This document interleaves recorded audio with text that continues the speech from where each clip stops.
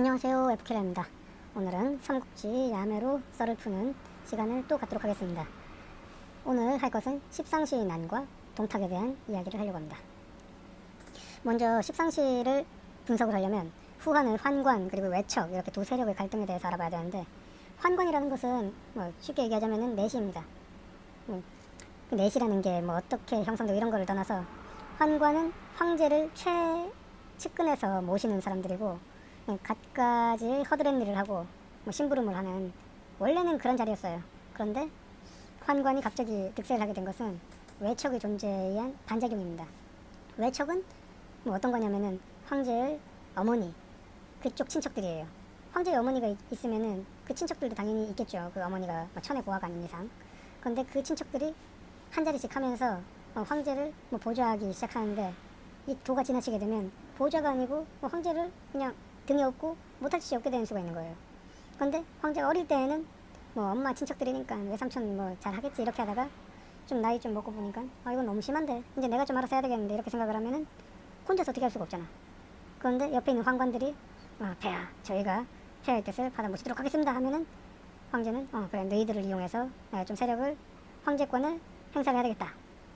그렇게 해서 환관을 중용을 하다가 또 외척 그렇게 해서 누르고 환관이 세력이 커지는데, 또 황제가 오래 살면은 환관도 물리치고 혼자서 어떻게 하겠는데, 후한에서는 황제들이 일찍 죽은 사람들이 많았어요. 그러다 보니까 또 외척이 새로 나와요. 새로운 황제가 어린 나이에 즉위하면 외척들이 또 세력을 쌓아서 또 황제를 얻고 힘을 또 씁니다. 왜냐하면 황제 어머니가 태후가 제일 힘이 세니까. 그런데 또 황제가 머리가 굵어지고 외척들이 너무 세다 이렇게 생각하면 또 환관들이 또 나와서 외척들이 너무 세죠, 저희가 도와드리겠습니다 이렇게 하다 보면은 계속 반복되는 거예요. 당시 후한 황제는 영제였고, 환관들은 여럿 있었는데 그 중에 이제 세력이 센 10명을 십상시라고 불렀어요. 문고리 권력 그런 거죠. 그 당시에 외척은 하진이라는 대장군이 대표로 있었습니다. 그런데 이 하진도 사실 십상시가 데리고 온 사람이에요. 십상시가 데리고 온 하태후의 오빠였습니다. 그런데 이 십상시가 권력이 너무 커지고 황제한테 정보 들어가는 것도 자기들이 다 커트해가지고 중간에 들려줄 만한 얘기만 들려주고 나머지는 자기가 다 커트하면서 알아서 막 처리를 하니까 외척들 입장에서는 보기가 안 좋아요. 그리고 신하들 입장에서도 보기가 안 좋아요. 그때 신하들 중에서 이제 새로 떠오르는 신하들이 원소, 원술, 조조 등등 있었습니다. 그런데 그런 새로운 신하들이 하진한테 이거 어떻게 좀 해야 되지 않겠습니까 하는데, 원소는 다 죽여버립시다. 원술도 마찬가지고. 근데 조조는 이거 십상시가 하루아침에 권력을 만든 게 아닙니다, 조심해야 됩니다 하는데 하진이 별로 안 좋아했어요. 조조도 왜냐하면 자기 이제 위에 보면 조등이라는 사람이 할아버지였는데, 이 사람이 환관이었어요. 조조의 아버지 조숭이 조등의 양자로 들어가서 그렇게 된 건데, 그러다 보니까 조조는 환관 세력으로 오해를 받기가 딱 좋았기 때문에, 그래서 하진이 원소를 중용을 합니다. 주로 원소 얘기를 많이 듣고, 원소가 가문이 굉장히 좋았어요. 그 원가가 4세대 동안 삼공을 계속 배출합니다. 여기서 말하는 삼공은 사도, 사마, 사공 이렇게 구성된 최고위직입니다. 사도는 정치 전반, 사마는 군사, 사공은 토목건 쪽 이렇게 담당을 했다고 하는데, 후한에 가서는 이제 명예직이 됐어요. 어쨌든 원씨 일가에서 4세대 동안 이런 최고위직을 계속 배출을 했다는 거는 그 가문 자체가 하나의 브랜드가 됐다는 얘기죠. 그래서 원래대로면은 거기 출신인 원수와 원술 둘 모두 이제 그 루트를 다시 타서 고위직으로 가는 걸 약속된 레일이 아니었을까라고 생각할 수도 있지만, 원술은 그랬어요. 원술은 그랬는데 원소는 그렇지가 못했어요. 원소는 어머니가 노비였어요. 그 쉽게 말하자면 첩의 자식 이런 식으로, 홍길동 같은 경우에도 적자서자 이렇게 나왔을 때 아버지를 아버지도 못 부르고 그랬잖아요. 원소도 그랬습니다. 원소는 더 심했다고 해야 되나, 하여간 제대로 된 대접을 못 받았습니다. 적자 취급을 당연히 못 받았죠. 원술한테서는 맨날 종놈의 자식인 이런 식으로 모욕을 당했는데, 원소가 신의 한 수를 보여줍니다. 바로 3년상입니다. 제가 저번에 말씀드렸듯이 삼국시대 자체가 굉장히 옛날 얘기, 1800년 전이에요. 그렇게 옛날 얘기다 보니까 그 당시 사고방식은 지금과는 사뭇 달랐습니다. 가문이 굉장히 중요했고, 지금도 그렇지만 그때는 더할 나위가 없죠. 가문이 굉장히 중요하고 평판이 거의 모든 것이었습니다. 평판을 쌓기 위해서 원소는 3년상을 자기 아버지 그리고 어머니, 여기서 말하는 어머니는 이제 호적상으로 어머니를 섬겨야 되는 분이고 친노는 아니었어요. 어쨌든 그렇게 각각 3년상을 2번 치르고 나니까 엄청난 명성을 얻게 됩니다. 이야, 원소라는 사람이 그렇게 효심이 지극하다고 하더라. 그러니까 사람들이 막 원수를 제껴놓고 원수한테 가는 거예요. 와, 굉장한 사람이 나왔다. 원가에 엄청난 인재가 나왔다. 어떻게 3년상을 연속으로 치를 수가 있느냐. 뭐 지금 현재로 봤을 때는 뭐 3년상이라는 것 자체가 존재하지도 않지만, 그런데 뭐 큰 업적을 누군가 쌓았다라고 하면은 그게 실체가 어떤 것이든 간에 유명세는 크게 타지 않습니까? 유명세는 또 다른 유명세를 부르고 그 사람을 높여줘요. 그러니까 원소는 순식간에 스타가 됩니다. 정계의 아이돌이 됩니다.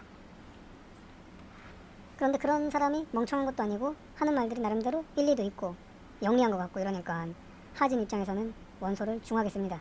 원술 같은 경우에도 뭐 원소만큼은 아니었겠지만은 어쨌든 나름대로 인정을 받아서 한 자리 하고 있었어요.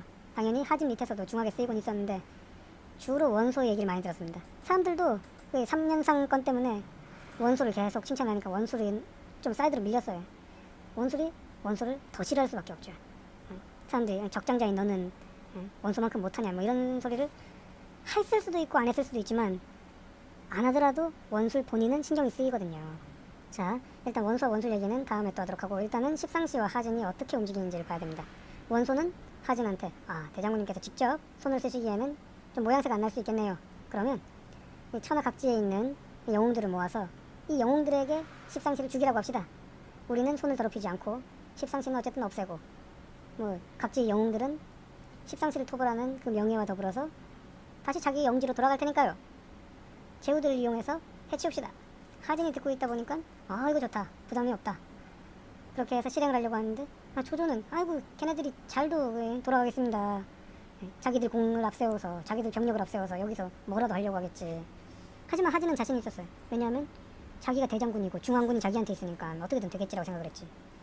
그래서 여기저기 불렀는데 병주에 있던 정원이 오고 또 서량에 있는 동탁이 오게 됩니다. 그런데 동탁은 멀리 있어서 바로 못 왔고 정원은 바로 들어오진 않고 바깥에서 대기를 하게 됐어요. 그 외에도 이런저런 제후들이 낙양 밖에 주둔하게 됩니다. 십상시 입장에서는 뭐 뻔하잖아요. 하진이 기어코 각지 제후들을 불러서 일을 저지르려고 하는구나. 그래서 이제 하태후, 이제 황제의 어머니죠. 하태후에게 찾아가서 눈물 콧물 흘리면서 빕니다. 아니, 이 대장군께서 뭔가 오해가 있으신 것 같은데 이러다가 저희들은 영문도 모르고 죽게 생겼습니다. 태후님 제발 대장군님을 설득해 주십시오. 근데 태후가 듣고 있자 보니까 좀 그래가지고 이제 하진을 불러요. 아이고 왜 오라버니 좀 적당히 하시지. 이렇게 하려고 불렀는데 하진이 돌아가는 길에 십상시들한테 죽어버립니다. 십상시들은 이미 죽일 각오를 다 하고 부른 거니까. 그래서 밖에 있던 하진의 병력에게 하진이 목을 던져주면서 야 대장군, 너희들 대장군 이미 우리가 죽였다. 너희들이 죄는 묻지 않을 테니까 다 집에 가서 발 씻고 자라. 이렇게 하니까 원소 원술 등의 부하들이 눈이 뒤집혔어요. 십상시가 생각을 잘못한 게 하진을 죽이면 그걸로 끝날 줄 알았겠지만 이미 하진 뒤에서 막 쑤시고 있던 원소 원술 같은 부하들은 그걸로 끝이 아니었기 때문에 다 뒤집어 엎었습니다. 병사를 이용해서 성문을 뚫고 들어가서 십상시 부하들부터 다 죽이기 시작했어요. 십상시 본인들도 여기서 많이 죽었습니다. 그중 일부가 황제, 그리고 황후, 그리고 황제의 동생인 진류왕을 데리고 탈출하려고 합니다. 그런데 그 와중에 또 전투가 일어나서 데리고 가던 십상시가 또 죽습니다. 다 죽어요. 그 와중에 황제와 진류왕 둘만 사라집니다. 그 와중에 또 옥새까지 없어졌어요. 그런데 옥새가 중요합니까? 황제가 중요하지. 원소하고 원술 등등 이제 하진의 부하들은 황제를 찾기 위해서 여기저기 떠돕니다. 그런데 황제가 어디로 가느냐? 동탁이 주둔한 곳으로 갑니다. 물론 알고 간 건 아니었겠죠. 동탁은 완전히 그냥 이게 웬 떡이냐, 자다가 떡이 굴러왔네 하면서 황제를 딱 모시고 낙양성으로 들어갑니다. 원소, 원술, 조조 등등 다 그걸 보고 있을 수밖에 없었어요. 왜냐하면 동탁이 황제를 구한 건 맞으니까, 팩트니까. 이게 어떤 방식으로 구한 거냐 따지기 시작하면은 뭐 할 말이 없겠지만 어쨌든 황제는 동탁 손에 있었습니다. 그래서 모두 황제 폐하 만세를 외치는데 황제가 동탁 손에 있네.